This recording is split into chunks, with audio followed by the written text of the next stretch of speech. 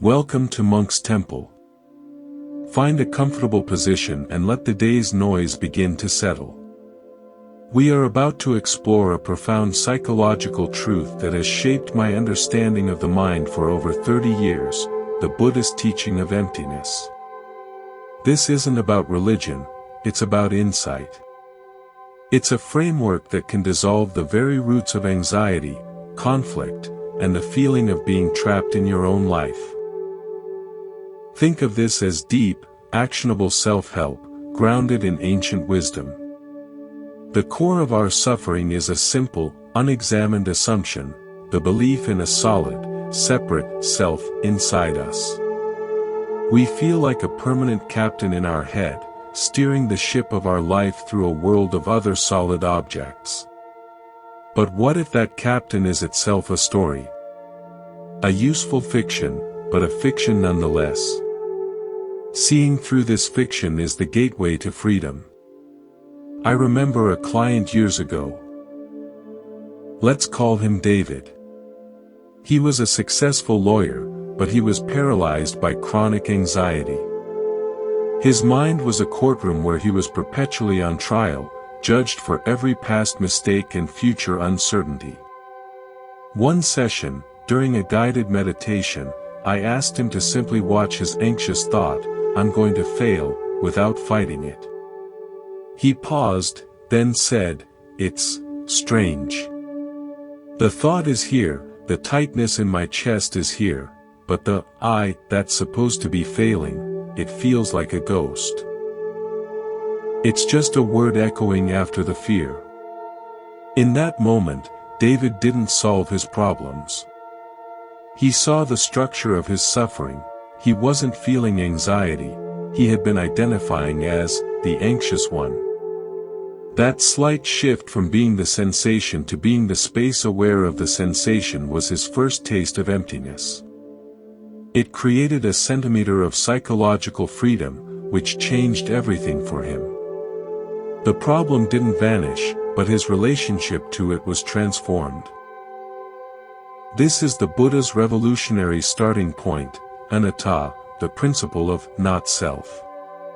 He didn't deny experience. He offered a radical new way to look at it.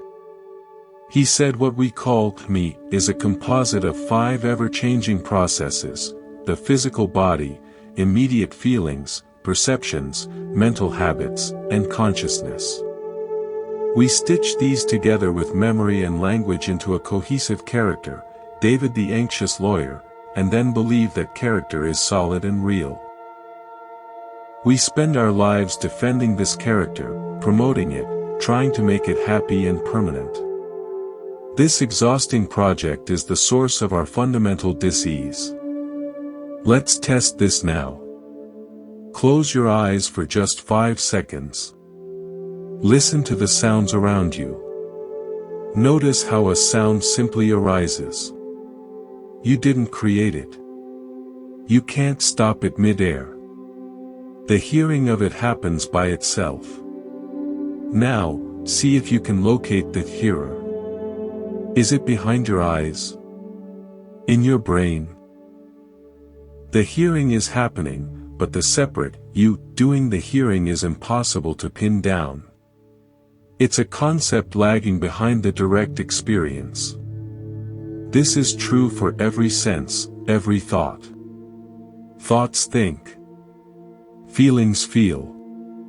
You are the aware presence in which this magnificent, impersonal life process unfolds. You are not the author, you are the witnessing space. The psychological power here cannot be overstated. Most therapy works on the content of the story. Why you're anxious, where your low self-esteem came from. This is important work. But the teaching of emptiness works on the container, the very sense of being a separate self that owns that story. When a wave of shame crashes in, if you think, "I am ashamed," you are drowning in it. If you can see, shame is arising, you are the ocean observing a wave. The wave is real, powerful, but it is not all you are. That recognition is the birthplace of resilience and true self-compassion. It turns down the volume of your inner critic because you stop mistaking the critic's voice for your own permanent identity. This is the first and most practical meaning of emptiness. The self is empty of a solid, separate core. It is a verb, not a noun. A process, not a possession. Realizing this doesn't make you passive or uncaring. It allows you to engage with life fully without being completely identified with every win and loss. Your job is something you do, not who you are.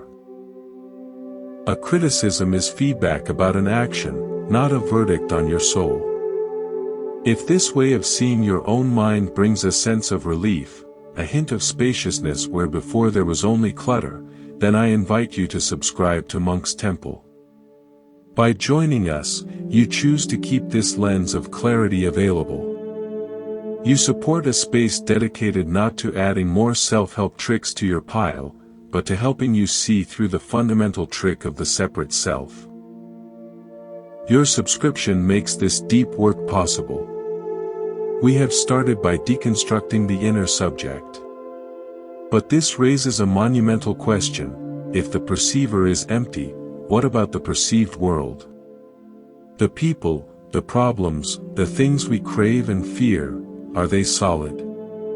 To find peace, we must investigate the very nature of the things that seem to cause our suffering. This leads us to the next, breathtaking layer of emptiness, the radical interdependence of all phenomena. But let's pause here to integrate this first, crucial insight. Shall we continue? Good. We've taken that first, crucial look inward, seeing the self not as a solid thing but as a flowing process. This brings an immense sense of psychological relief. But the mind, ever clever, might now object: fine, maybe I am less solid. But my problems are real. The stress of my job, the conflict in my relationship, the state of the world, these are solid, external things causing my suffering. This is where our exploration deepens in a breathtaking way. We must now turn our gaze outward, to the very nature of the things we perceive. This is the second, world-shattering layer of emptiness. In my work, I've seen people cling to their problems as if they were immutable boulders. A woman once told me, with absolute certainty, my anxiety is a part of me. It's just who I am. She had solidified a passing mental weather pattern into a permanent landmark of her identity. But we do this with everything. We take a complex, fleeting event and freeze it into a solid, independent thing to either fight or cling to. My difficult boss. My failing marriage. My perfect dream. We believe these nouns have a standalone, inherent reality. This belief is the second major source of our bondage. The Buddhist philosopher Nagarjuna, with the precision of a master surgeon, dismantled this belief. He introduced the concept of Śūnyatā, emptiness, as it applies to all phenomena. His core argument was simple yet devastating: nothing exists independently. Nothing has svabhava, a self-nature, or intrinsic existence. Everything exists only in relation to, and is dependent upon, everything else. This is the principle of pratītya samutpada, dependent origination. It is not a mystical idea, it is a functional description of reality, and understanding it is a psychological superpower. Let me illustrate with an original story. Imagine a majestic, ancient forest. We look and see a tree. Our mind draws a conceptual boundary: the trunk, the leaves, this is the tree. Everything else is not tree. But is that boundary real? Can the tree exist without the soil? No. Without the sunlight? No. Without the specific bacteria in the soil that fix nitrogen? No. Without the rain clouds formed by the ocean thousands of miles away? No. The birds that nest in it and spread its seeds, the decaying leaves of last season that feed it, the carbon dioxide we exhale that it breathes in, all are inseparable from what we so casually label the tree. The tree is a temporary knot in a web of infinite relationships. It is a process of the forest, not a separate object in it. Now, apply this to a problem. Take my stressful job. Can this thing exist independently? No. It exists dependent on an economic system, a company culture, your own skills and expectations, your manager's mood, which depends on their life, the technology you use, the societal value placed on your role. The stress is not a solid rock inside you. It is a pattern of interactions, a dynamic event in a relational field. Seeing it as a solid, independent monster makes it terrifying. Seeing it as a dependent pattern of causes and conditions makes it workable. You can't remove a thing, but you can adjust the conditions that give rise to a pattern. This is where emptiness becomes profoundly practical. Consider a conflict with a loved one. In the heat of it, they become the stubborn one, a solid, difficult object. But are they inherently, independently, stubborn? Or is that stubbornness arising dependently?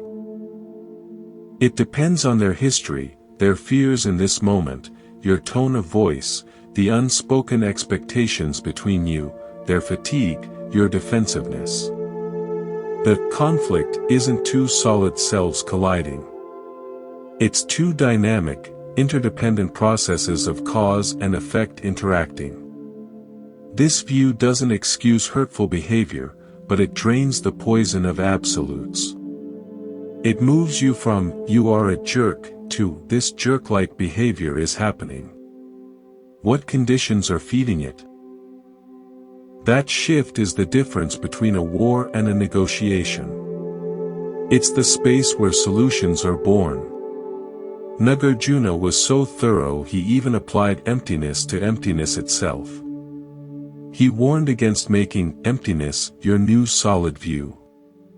To say everything is empty as a final truth is to miss the point.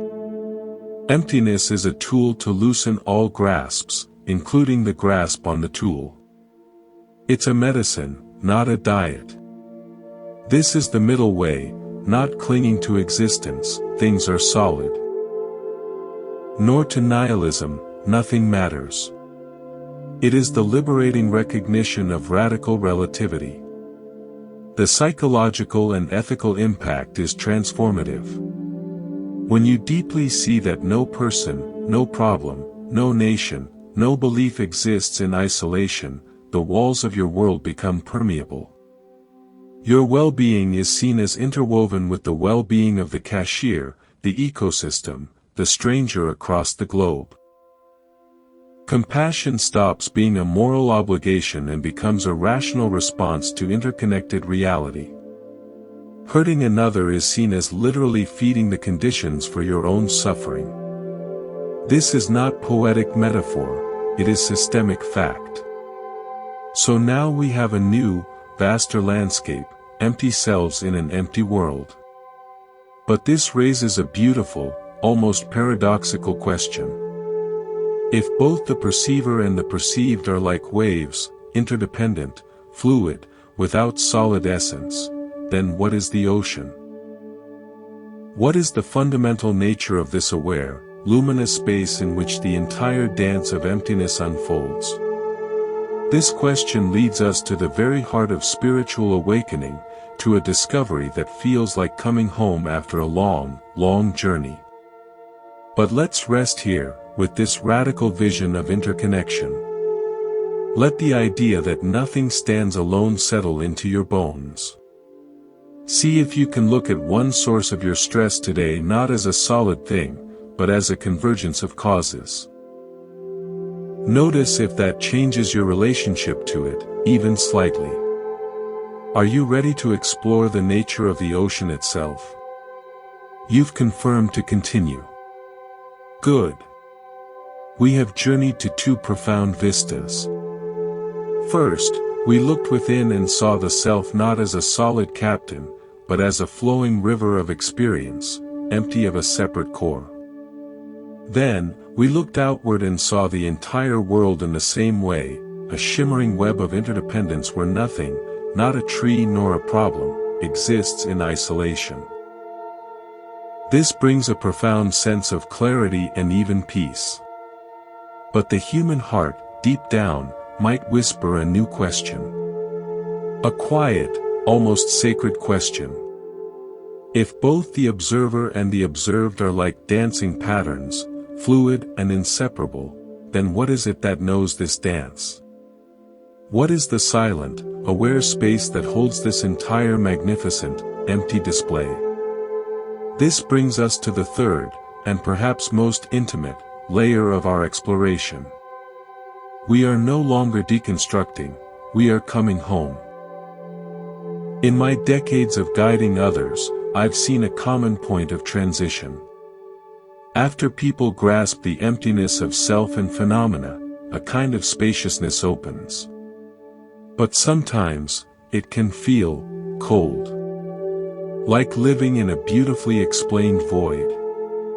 There's a subtle longing for ground, not a ground to cling to, but a ground of being. This is not a step backward into solidity. It's a step forward into the very substance of awareness itself. The Buddhist tradition, in its profound wisdom, addressed this with a teaching that has sparked both awe and debate, Tathagatagarbha, or Buddha nature. But let's leave the term aside for a moment and approach this as a direct, psychological and experiential discovery. Imagine you are in a planetarium. The dome above you is utterly dark, silent, and still. This is not an empty nothingness.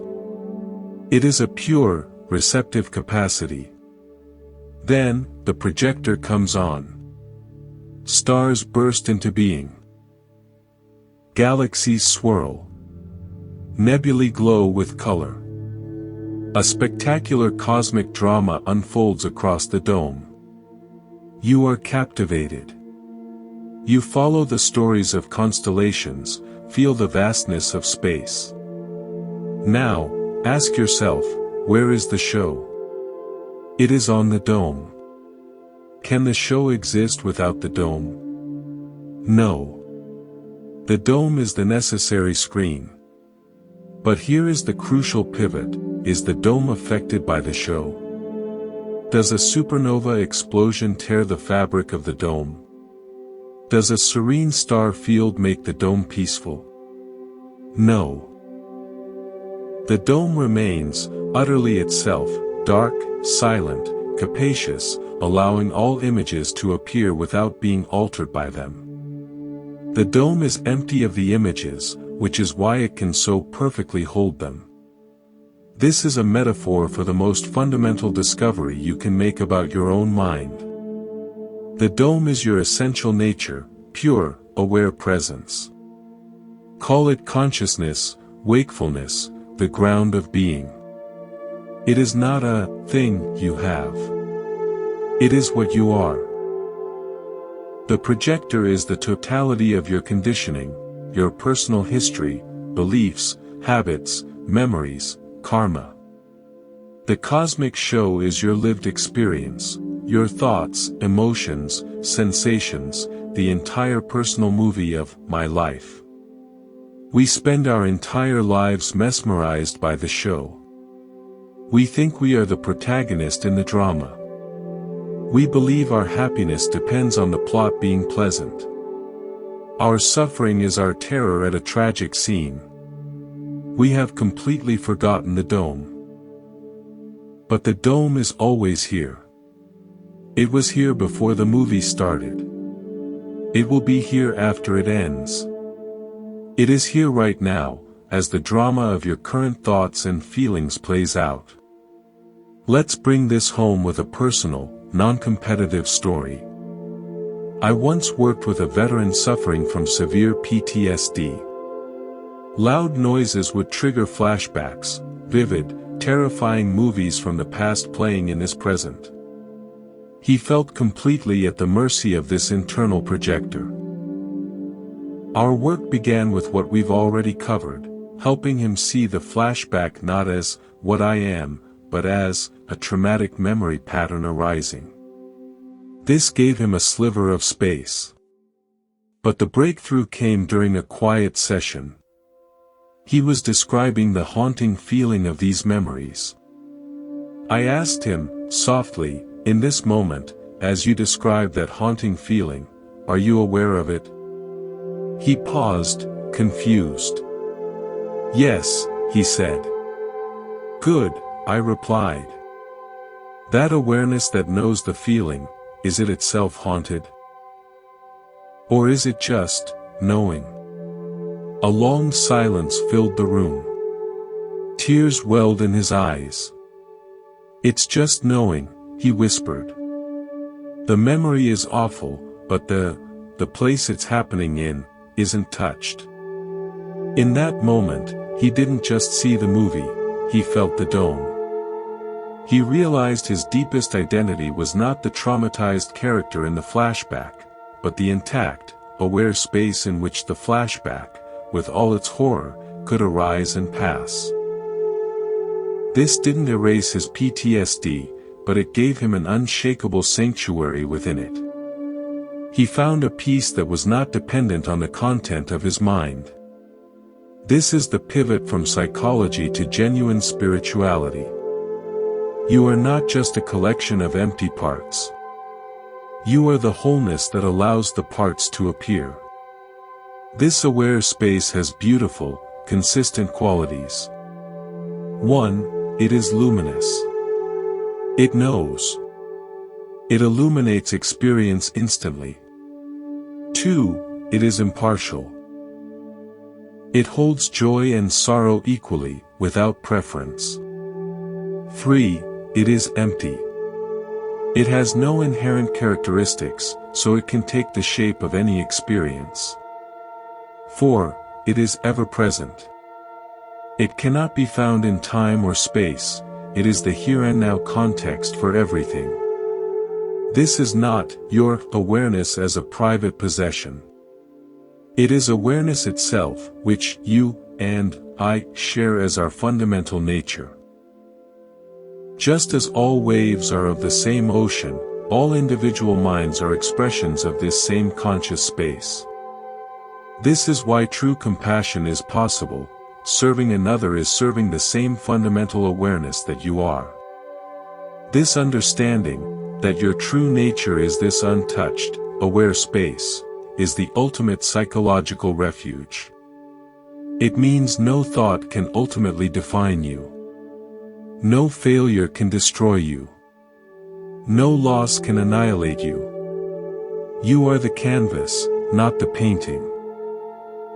The work of a meaningful life then becomes not fighting the movie, but cleaning the lens of the projector, your conditioning, so that the innate peace, clarity, and compassion of the dome itself can shine through the story more clearly. We have moved from deconstruction to recognition. From realizing what we are not, to intimating what we are. But our journey has one final, crucial turn. A turn that ensures we don't turn this sublime recognition into just another belief, another thing to cling to. We must now apply the razor of emptiness to the teaching of emptiness itself. We must let go of the final view. Are you ready for this last, liberating release? You've chosen to continue. This is the final, crucial turn in our journey. We have traveled far. We saw through the illusion of a separate self. We saw the interdependence of all phenomena.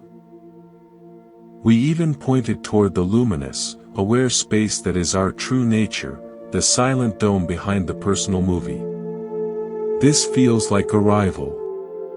It feels like we've found the ultimate truth, the final answer. And that, right there, is the most subtle and dangerous trap of all. The mind's final trick is to take the most beautiful, liberating insight and turn it into a new cage. A gilded cage, but a cage nonetheless. This brings us to the last, most radical meaning of emptiness. The emptiness of all views, including the view of emptiness itself. In my practice, I've witnessed this trap again and again. A person has a genuine glimpse of spacious awareness, of no self. They feel free. But then, subtly, the egoic mind co-opts the experience. It begins to say, I am enlightened. I understand emptiness. Others don't. They become a spiritual materialist, collecting experiences and concepts as new badges of identity. Their newfound truth becomes a wall separating them from others, a source of pride and, ironically, new suffering. They have grasped the snake by the body, not the head. They have taken the medicine and made it their diet. The great masters, from the Buddha to Nagarjuna, were fiercely aware of this peril. They introduced a vital distinction: conventional truth and ultimate truth. Conventional truth is the truth of the relative world. My name. Your name. That a red light means stop. That kindness generally leads to better outcomes than cruelty. We need these truths to function, to communicate, to live ethical lives. They are like a map, incredibly useful, but never the actual territory. Ultimate truth is the truth of emptiness, of dependent origination, of the non-separate nature of reality. It's the territory the map is trying to point to. But the final teaching, the hyper-ultimate truth, is this: all conceptual truths are empty. Even the most perfect map is not the land. Even the most profound spiritual teaching is a finger pointing at the moon. If you fixate on the finger, you miss the moon entirely. The Buddha himself, when asked metaphysical questions like, does the self exist, or does the self not exist, often remained silent. His silence wasn't a refusal to answer, it was the only answer that wouldn't be misunderstood. Any yes or no would have been a concept, a view, a snapshot mistaken for the living reality. Let me share a story from my own path, a humbling lesson. After years of study and practice, I felt I had a firm intellectual grasp on emptiness. I could articulate dependent origination, debate philosophy. I felt a quiet confidence. Then, I spent a week in a remote cabin during a brutal winter storm. A blizzard cut off power and contact for days. Alone in the howling dark and cold, my concepts provided zero warmth. My carefully constructed understanding of no-self didn't stop the primal fear. One night, in sheer exhaustion, all my ideas collapsed. There was no me, no emptiness, no Buddha nature. There was just the raw, terrifying, awesome experience of the storm and the being huddled within it. And in that total collapse of views, something else happened. A profound, wordless peace emerged, not as an idea, but as the simple suchness of the situation itself. The storm was just the storm. The fear was just fear. There was no story about it. When the mind's commentary stopped, what remained was reality, immediate and direct. I had been reciting the recipe for water while dying of thirst. That experience taught me that emptiness is not a concept to be held, it is a function to be performed. It is the act of letting go of the concept in your hand so you can drink directly from the stream. This is why texts like the Heart Sutra make shocking, paradoxical statements: no ignorance, no end of ignorance, no path, no wisdom, no attainment. It is applying the solvent of emptiness to the entire spiritual path itself. It's saying the moment you solidify wisdom as a thing you possess, you've lost it. The moment you believe you are on the path, you've created a separation from where you already are. The practical, psychological power of this is immense. It is the ultimate guard against rigidity, dogma, and spiritual pride. It brings a lightness to your understanding. You can hold your beliefs, political, spiritual, personal, lightly, knowing they are working models, not absolute truth. This makes you flexible, curious, and open-hearted in conversations. It ends ideological warfare inside your own mind. You no longer need to defend a view because you see the view itself as a temporary tool, not your identity. This emptiness of views is the full circle of healing. We started with the suffering caused by clinging to a view of a solid self. We end with the liberation of not clinging to any view, not even the most sublime ones. It allows you to fully engage with the conventional world, to fight for justice, to love deeply, to build things without the weight of absolute certainty. You act because it's the skillful, compassionate thing to do, not because you are attached to a particular outcome defined by your views. So, we conclude not with a conclusion, but with an opening. The teaching of emptiness, in its full spectrum, is an invitation to live with profound openness. To meet each moment fresh, without the filter of yesterday's understanding. To be a humble, perpetual beginner in the face of the infinite mystery of existence. It asks you to take all of this, the no-self, the interdependence, the aware space, not as a new belief system, but as a series of experiments in your own direct experience. Test them. See if looking at your anxiety as an empty pattern reduces its power. See if viewing a conflict as interdependent opens new solutions. Feel if recognizing yourself as the aware space brings peace. The goal is not to become a person who knows about emptiness. The goal is to become empty, open, receptive, compassionate, and free. The peace you seek is not at the end of the path. It is the nature of the ground upon which you are already walking. You've chosen to continue. Excellent. We've established a new foundation, that the self is more verb than noun, and the world is more web than collection of separate things. This changes everything. But the mind is a creature of habit. It has spent a lifetime building intricate, invisible structures based on that old, solid view. To live this new understanding, we must become conscious of these structures, these subtle cages of thought, and see their emptiness too. This brings us to a crucial and practical arena, the emptiness of our psychological narratives and emotional reactions. This is where insight becomes liberation in your daily life. Think of your mind as a masterful, 24/7 documentary filmmaker. It doesn't just experience events, it immediately spins them into a story with you as the central, beleaguered character. You have a difficult conversation at work. The raw experience is sound waves, facial expressions, bodily sensations, a flush of heat, a knot in the stomach. But before you can even blink, the filmmaker has produced a feature film, the story of how I was disrespected and my career is in jeopardy, starring you as the victim.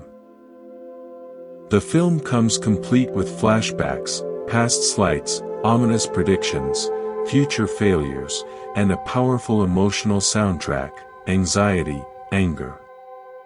We live inside these documentaries, believing them to be live news reports of reality. We suffer from the plots. The practice now is to see the emptiness of the narrative. The story is a construct.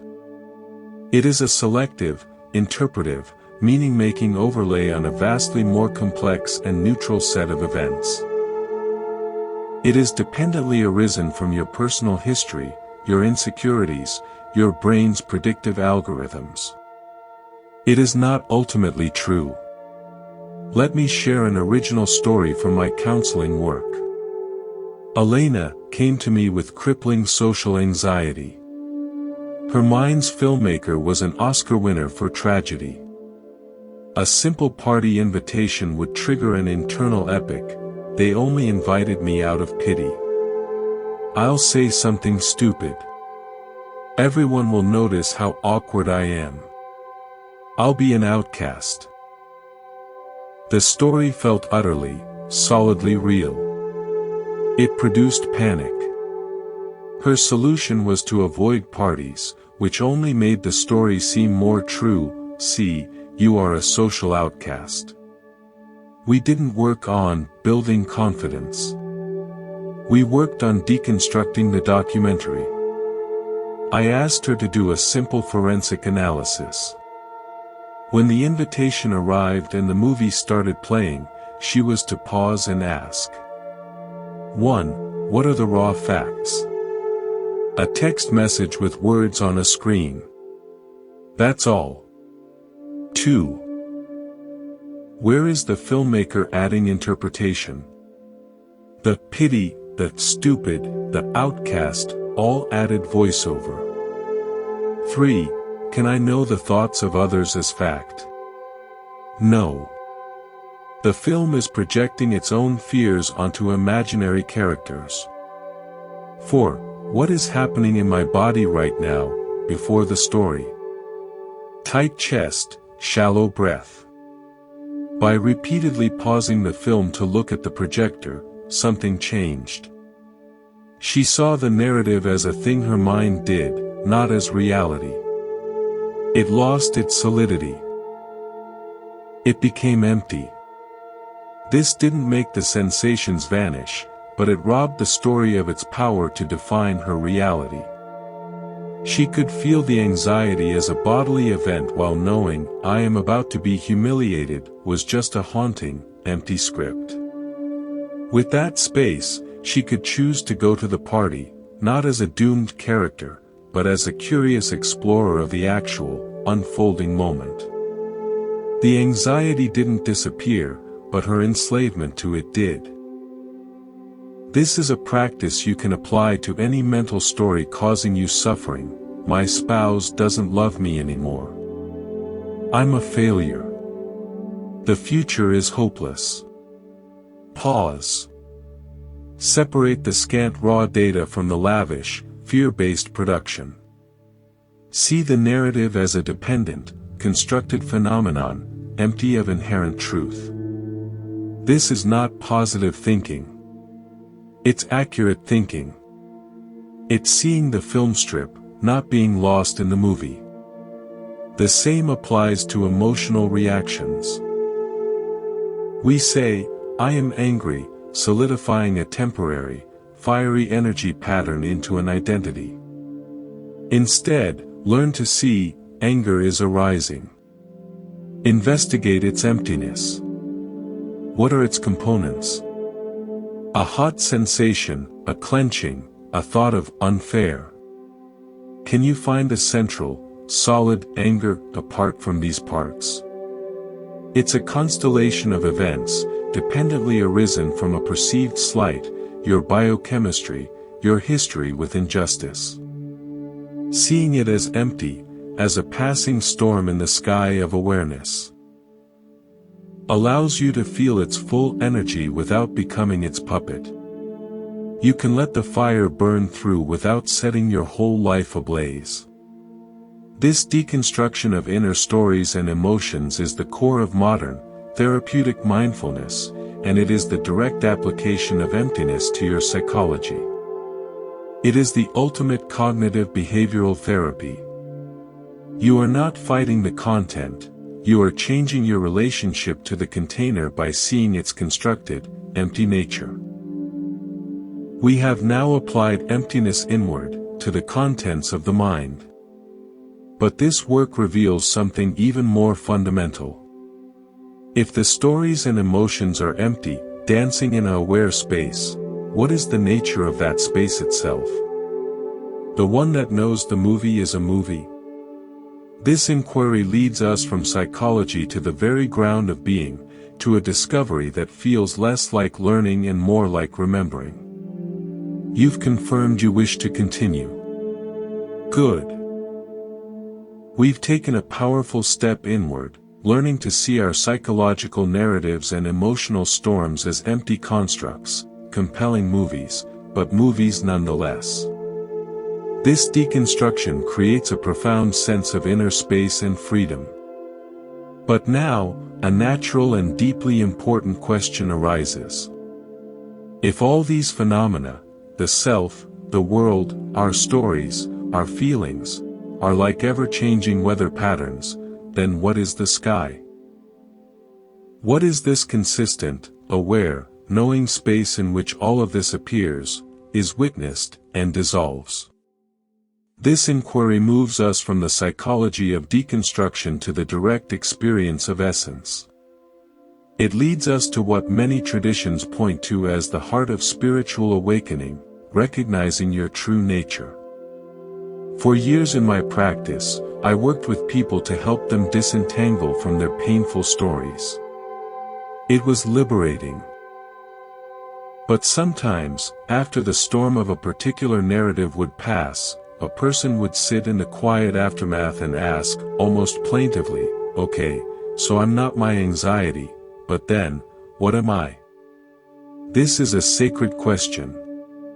It's the mind, having let go of a false identity, turning its seeking energy toward the truth.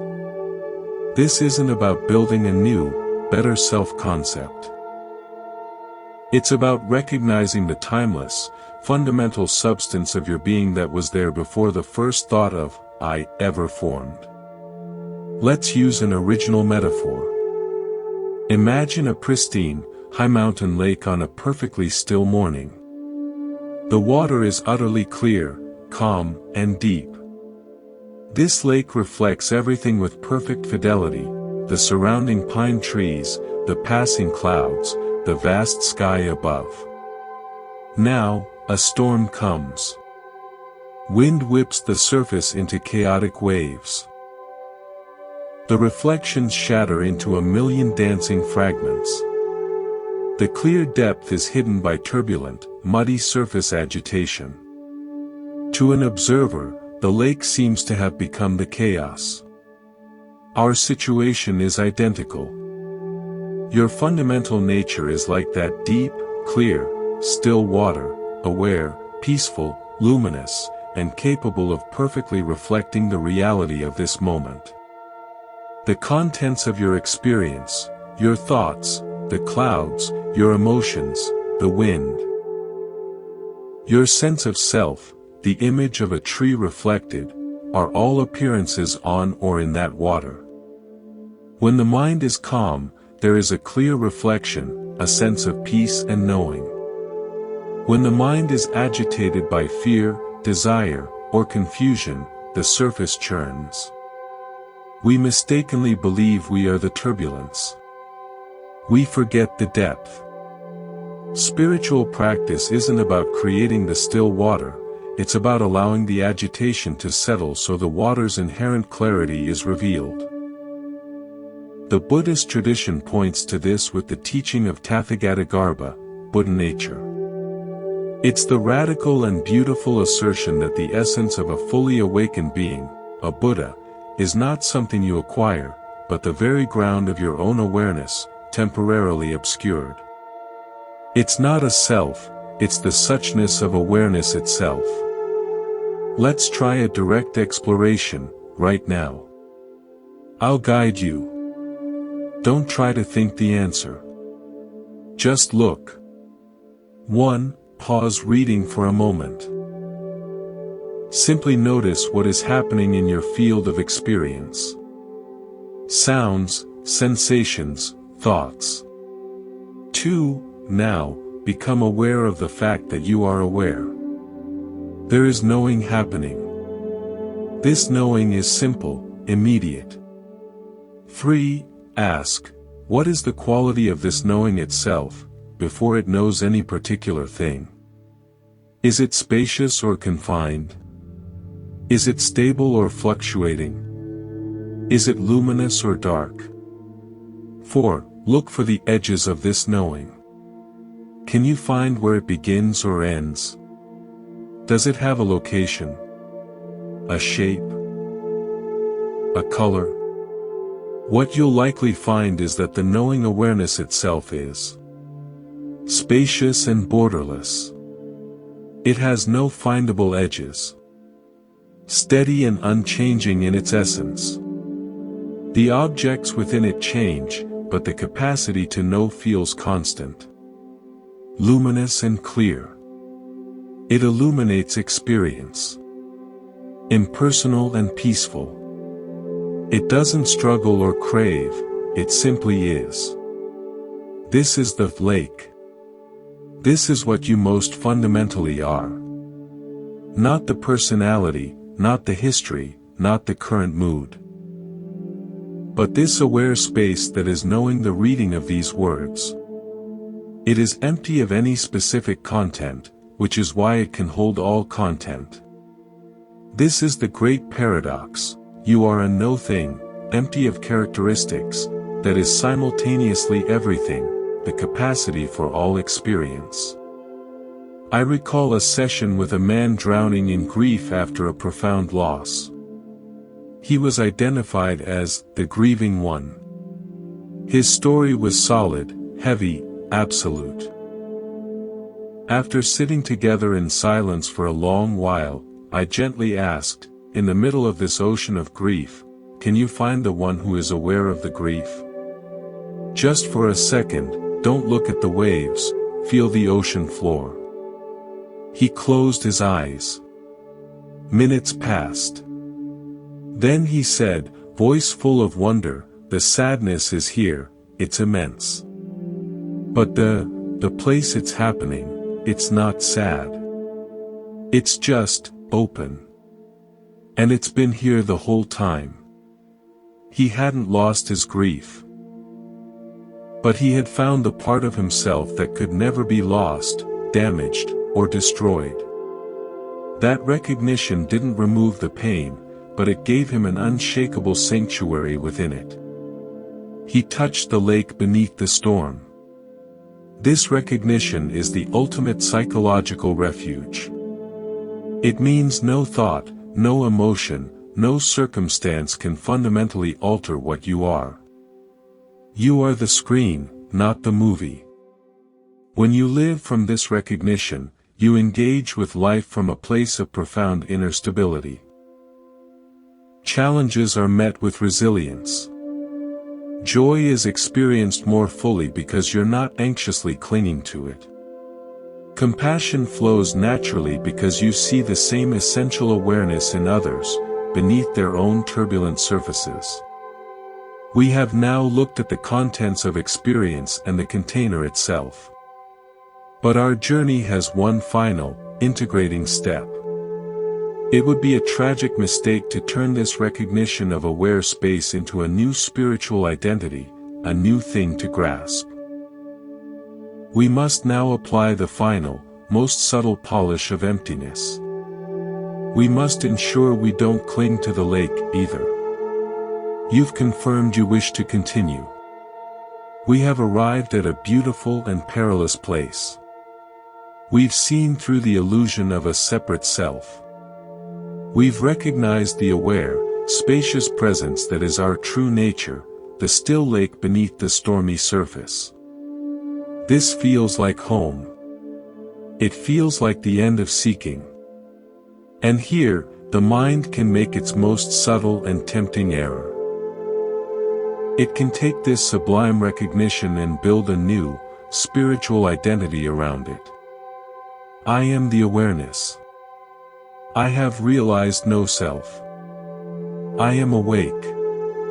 This creates a new, more refined cage, the cage of being, the one who knows. To avoid this, we must take the final, most radical step, applying the sword of emptiness to emptiness itself. We must explore the emptiness of spiritual attainment and ultimate truth.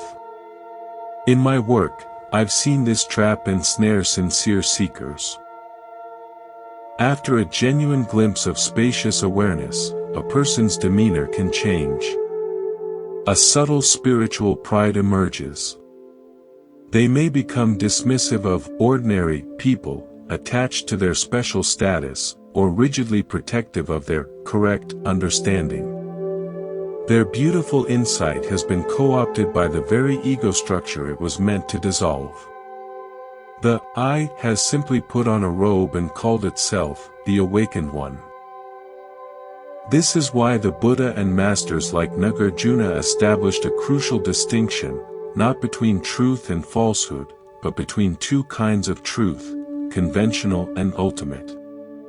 Conventional truth is the truth of the relative, practical world. It is true that fire burns, that kindness is beneficial, that your name is what people call you. We need these truths to navigate life. Ultimate truth is the truth of emptiness, interdependence, and the non-dual nature of reality. The insights we've been exploring. But the highest teaching, the one that guards against spiritual materialism, is this: all statements, even those pointing to ultimate truth, are themselves empty. They are fingers pointing at the moon. They are maps, not the territory. To cling to the finger is to miss the moon. To worship the map is to never take the journey. The moment you solidify emptiness or awareness into a concept you possess, you have lost the living reality of it. Let me illustrate with a story from my own journey, a humbling lesson. After a long and intense period of meditation, I had an experience where the sense of a separate self completely fell away. There was just luminous, boundless presence. It was profound. For weeks afterward, I walked in a state of quiet awe. But then, slowly, a thought crept in: I have attained something. I understand what others do not. I began to read spiritual texts not with curiosity, but with confirmation, judging which ones matched my realization. The living experience had frozen into a conceptual trophy. The correction came unexpectedly. I was hiking a steep, rocky trail, lost in these lofty thoughts. I tripped, badly scraping my knee. A jolt of searing pain shot through me, immediate and undeniable. In that instant, all concepts, awareness, no self, attainment, vanished. There was only the raw, vivid, and utterly non-constitutional reality of the pain, the sharp smell of dirt, the sound of my own gasp. There was no spiritual me having an experience. There was just this. And in the middle of that, just this, a clear, quiet laughter arose inside. My entire conceptual edifice, my spiritual identity, had been undone by a rock. The map had been torn up by the territory. I saw that I had been clinging to the memory of an experience, not living the reality of the present moment. The ultimate truth is not a thing you hold, it is the holdingless of each immediate moment. This is the profound purpose of teachings like the famous Heart Sutra, which declares, no eyes, no ears, no nose, no ignorance and no end of ignorance, no path, no wisdom, no attainment. It is a radical negation of the entire Buddhist framework from the ultimate standpoint. It is not nihilism. It is the final medicine, ensuring you don't get stuck at any way station, even the most beautiful one. It says, let go of the concept of the path, and you are the path. Let go of the idea of attainment, and what you are is already complete. The psychological and practical power of this emptiness of views is immense. It is the safeguard against dogma in all its forms, religious, political, personal. It cultivates intellectual humility and open-minded curiosity. You can hold your deepest beliefs lightly, ready to be informed by new evidence or deeper experience. In relationships, it ends ideological warfare. You can discuss and disagree without your sense of self being tied to the outcome, because your identity is no longer fused with your opinion. You are free to change your mind. In your spiritual life, it means you never arrive. Enlightenment is not a final state of knowing, but a continuous, open-ended unknowing, a willingness to meet each moment without the filter of yesterday's realization. It keeps your practice fresh, alive, and honest. It turns the spiritual journey from a climb to a summit into a loving exploration of an endless landscape. We are now at the deepest water. We have applied emptiness to everything that can be grasped, the self, objects, emotions, stories, spiritual insights. What remains is not a thing, but a way of being, open, responsive, compassionate, and free. It is to live from the understanding that reality is a verb, not a noun. You are not a being on a path, you are the pathing itself. You are not a wave seeking the ocean, you are the ocean, momentarily waving. This understanding naturally flowers into how you relate to the entire world. You've confirmed you wish to continue. We have applied the liberating lens of emptiness to the very core of our identity and our deepest spiritual understandings. We've learned to hold even profound insights lightly. Now, we arrive at the most natural and beautiful consequence of all this inner work. How it transforms the way we move through the world. This is about integration. It's about the ethic of emptiness, a compassion and responsibility that aren't moral obligations, but inevitable expressions of seeing reality clearly. If the core insight is interconnectedness, then the core action is care. When you see that no self and no phenomenon exist independently, a fundamental shift occurs in your perception of boundaries. The imaginary wall between, in here, and out there, becomes porous. Your well-being is seen as inextricably linked to the well-being of the person next to you, the ecosystem you inhabit, the social systems you participate in. This isn't a philosophical notion, it's a systemic fact. In a web, to tug on one strand is to send vibrations through the whole. Emptiness reveals that we are always tugging. Every thought, word, and action is a vibration sent through the shared web of life. Therefore, ethics cease to be a list of rules to follow and become a matter of attuned participation. How do you wish to vibrate the web? Let's explore this with an original, practical story. A friend of mine, a talented chef named Leo, owned a small restaurant. He was struggling, not just with profit, but with a toxic, competitive atmosphere in his kitchen. Staff morale was low, turnover high. He was trying to solve it with conventional business logic.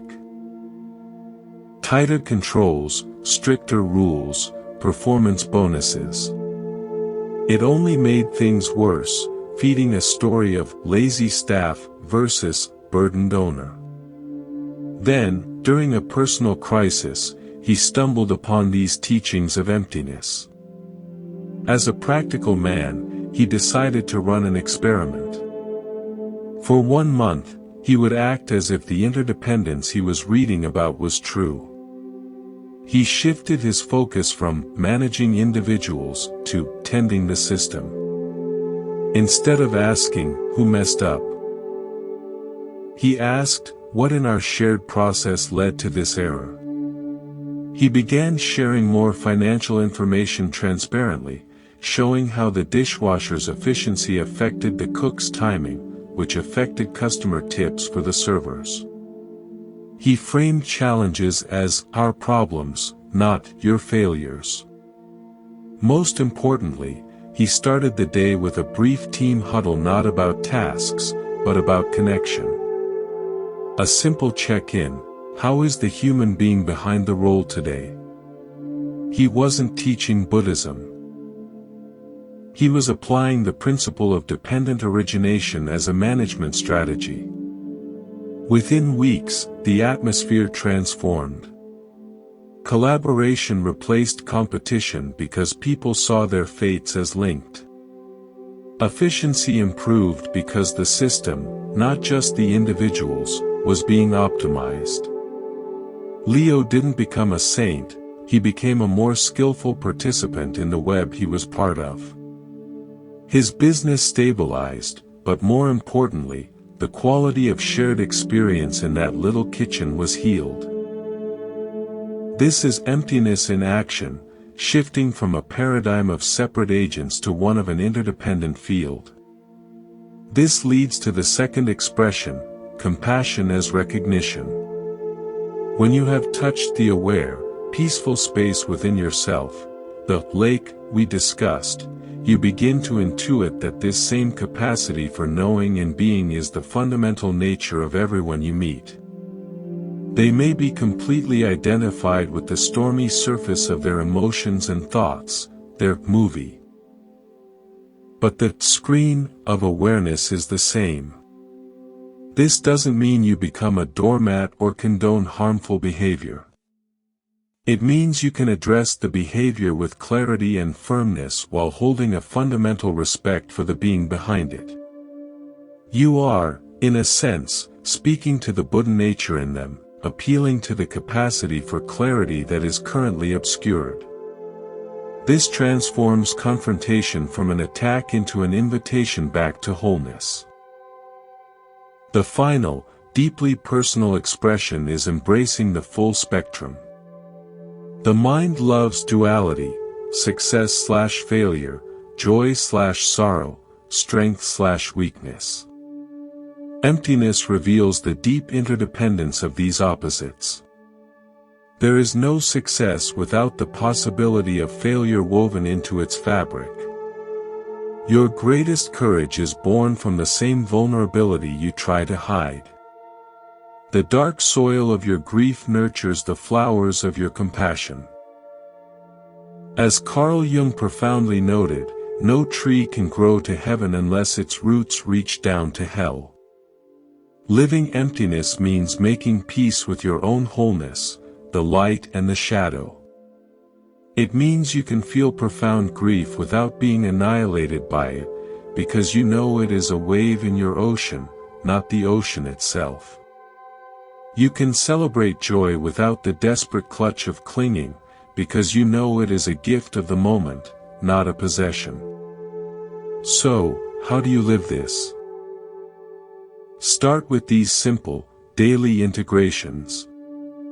1. System sight. When frustrated by a person or problem, pause. Ask, what are the conditions holding this in place? Look for the web, not just the node. 2. Compassionate grounding. In conflict, take a breath. Silently acknowledge, aware space here, aware space there. Then respond to the behavior, not from hatred of the person, but from care for the whole field. 3. Wholeness welcome. When a negative emotion arises, don't rush to fix it. Say, this too belongs. Investigate it. What is its texture? What is it connected to? By allowing it fully, you reintegrate exiled parts of your experience. This is the path of emptiness made real. It leads to a life of profound engagement without burnout, deep compassion without resentment, and authentic peace that isn't shaken by the changing weather of life. You are not a lonely seeker. You are the awake, interconnected whole, wisely and lovingly participating in itself. You've confirmed you wish to see this through. Good. We have journeyed far, from deconstruction to recognition to integration. We've seen that to live from emptiness is to live from connection, compassion, and wholeness. Now, we arrive at the simplest, most profound point of all, the end of seeking. All these teachings, these maps, these fingers pointing, they have one ultimate aim, to bring you home, fully, to this. To the palpable, mysterious, ordinary miracle of the present moment, exactly as it is. Emptiness is not a distant truth to attain. It is the vivid suchness of your immediate experience when it is not filtered through the concepts of me and mine. It is the sound you hear before you label it. The weight of your body on the chair before you think, I am sitting. The play of light and shadow before you name the objects. This is the territory the maps have been trying to describe. It is always here. You are already home. The only thing that obscures it is the compulsive storytelling of a mind trying to be somewhere else, someone else. So, we end not with a new concept, but with an invitation to rest. To put down all the seeking, the comparing, the evaluating, even the subtle seeking for a more empty, or spiritual, state. For just a few breaths, let it all be. Let the sense of being a listener dissolve into the listening itself. Let the feeling of being a body soften into the field of sensation. Let the need to understand relax into the simple fact of being aware. In this rest, you are not applying emptiness. You are emptiness, the open, aware space that allows the world to be. The peace you have sought is not the absence of problems, it is this deep, allowing presence that can hold all things without being broken by them. The freedom you longed for is this unbound capacity to experience life without adding a second story of separation on top of it. This is the heart of Monk's Temple. Not a repository of knowledge, but a reminder of your own nature. Carry this quiet knowing with you. When you get lost in the old stories of solid selves and separate problems, and you will, pause. Feel the breath. Listen to the silence underneath the noise. In that pause, you remember. You realign with the open sky of your being, and the storm, while perhaps still raging, no longer defines you.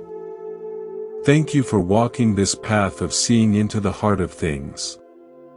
The journey does not end here, it simply ceases to be a journey and becomes what it always was, your life, lived fully, awake. Be well. Be at peace. This has been Monk's Temple.